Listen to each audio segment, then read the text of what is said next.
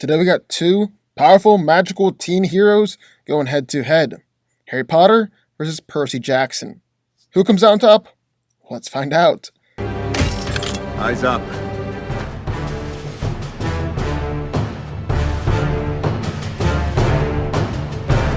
Stay sharp.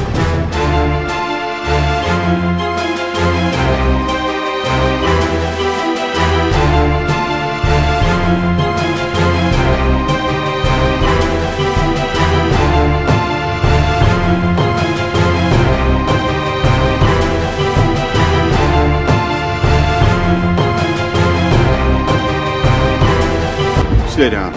Final warning. I could do this all day. The boy who lived, Harry Potter, is famous for defeating the powerful dark wizard Voldemort when he was a mere infant. From there, Harry has proven himself to be a very powerful and talented young wizard, and his power has been evident from the very start. He instantly demonstrated control over a broomstick, was able to conjure Patronus at an exceptionally young age, and has had numerous encounters with Lord Voldemort.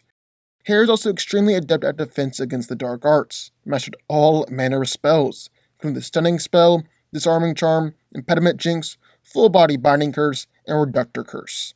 In his third year, he was the only student who made it flawlessly through the end of the year exam, and, in fact, Harry beat Hermione in 2 out of 3 defense against the dark arts exams that they took together.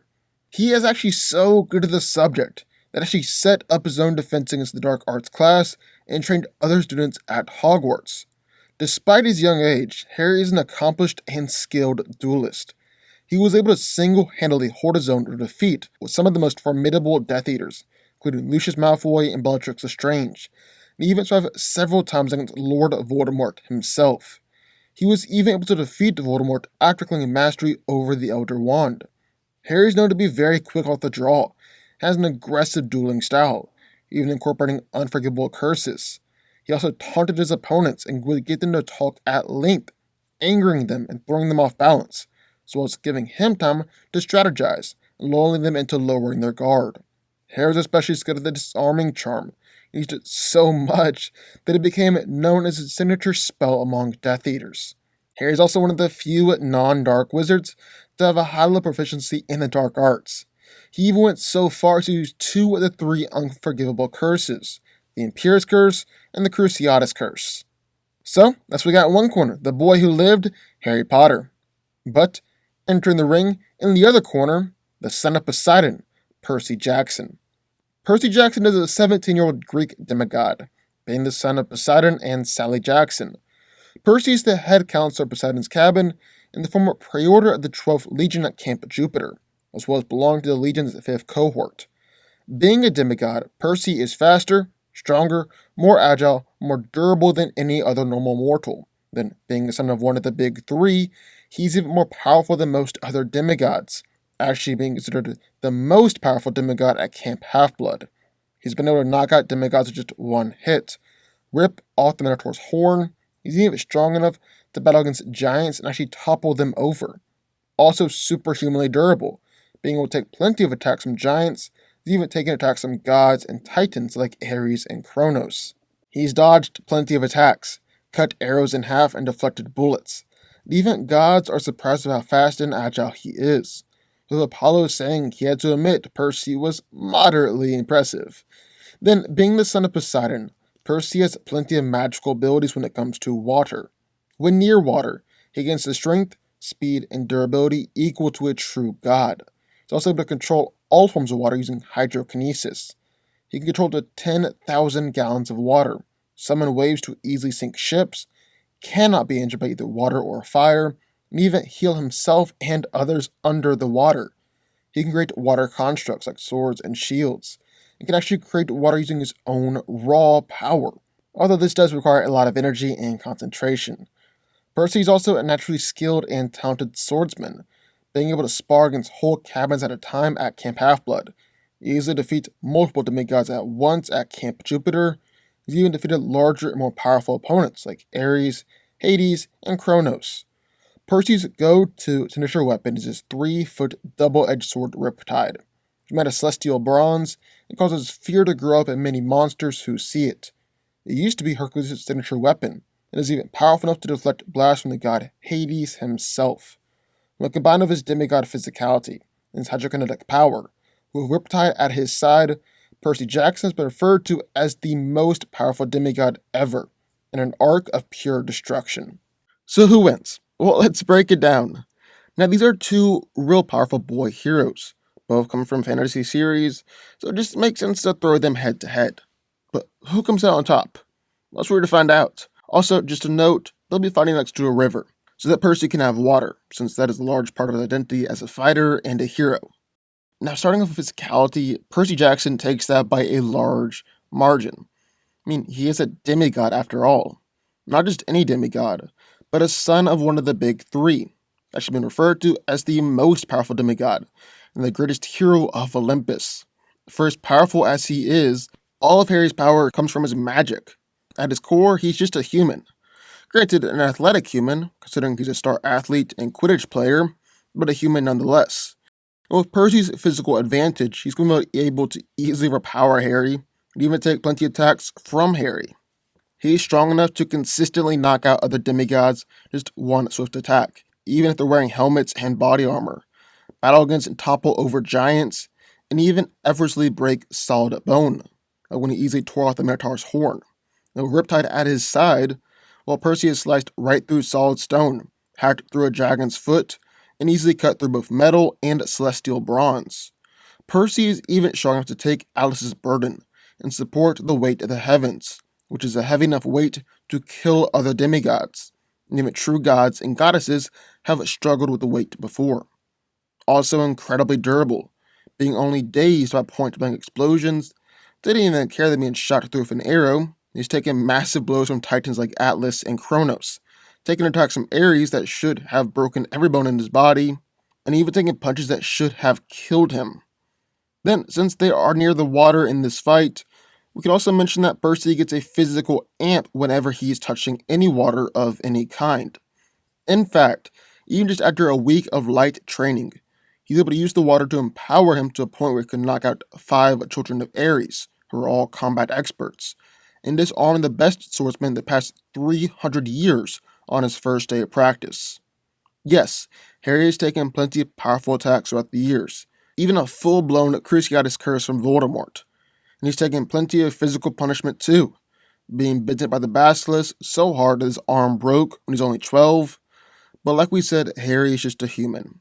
Percy's able to one-shot demigods and defeat giant monsters with his physical strength alone, and it'll put Harry down with one punch, regardless of how durable Harry is. The only area that you could even begin to compare them would be with speed and agility, and even then, Percy far outclasses Harry. Now, Harry has far greater reflexes than a normal human, as just being a seeker on the Quidditch team requires incredible speed and reflexes. And Harry's one of the most skilled Quidditch players out there, and the youngest person to play for Gryffindor's Quidditch team in over a century.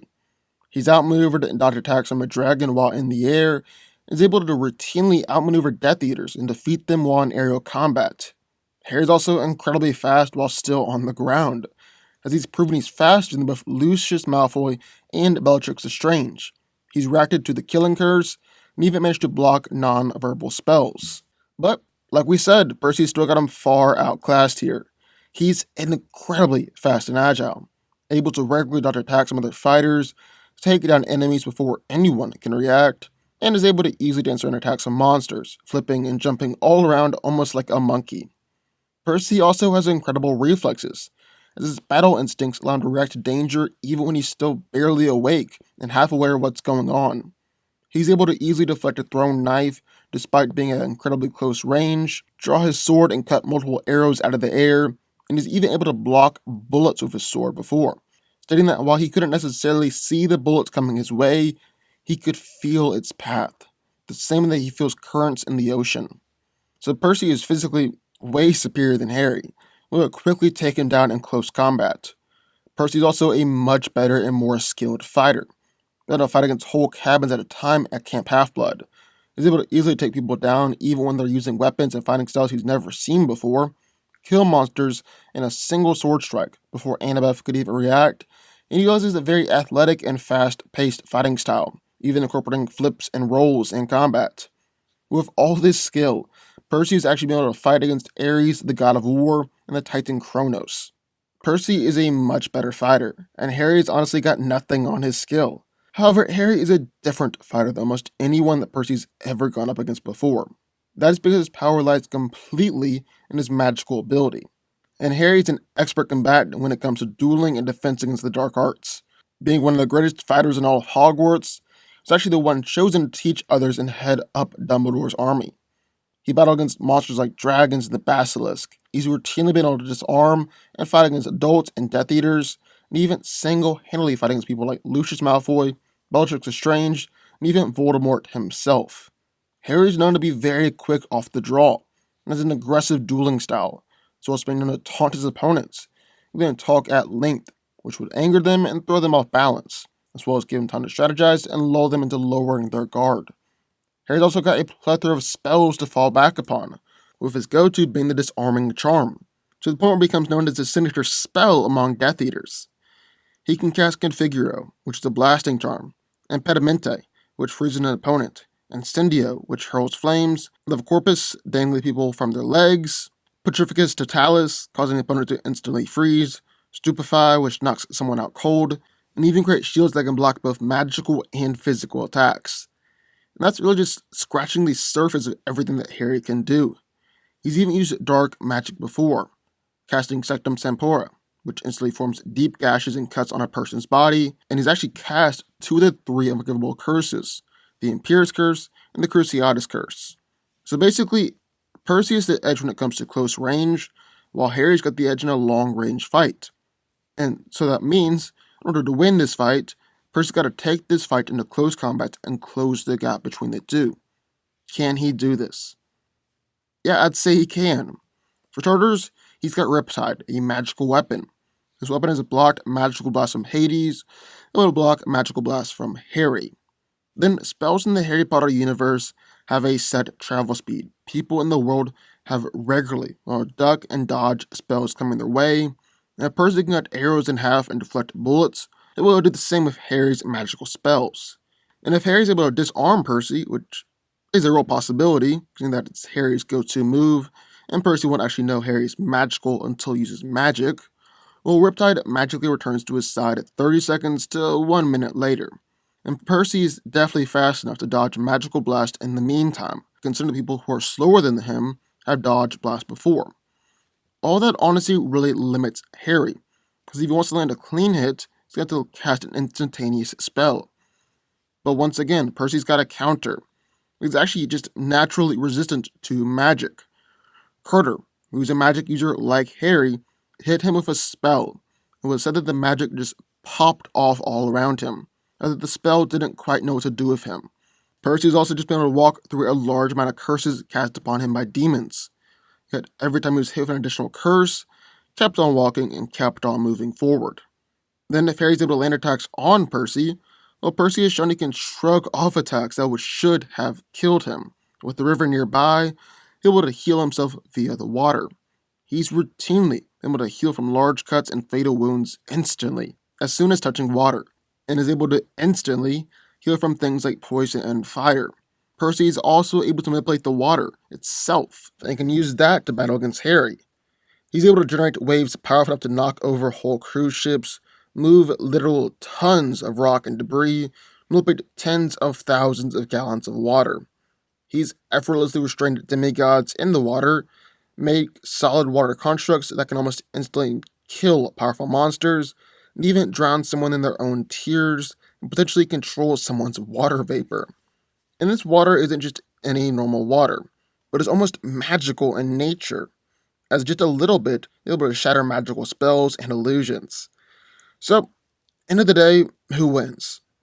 Well, I think a massive part of this fight all comes down to durability, and Percy is more durable.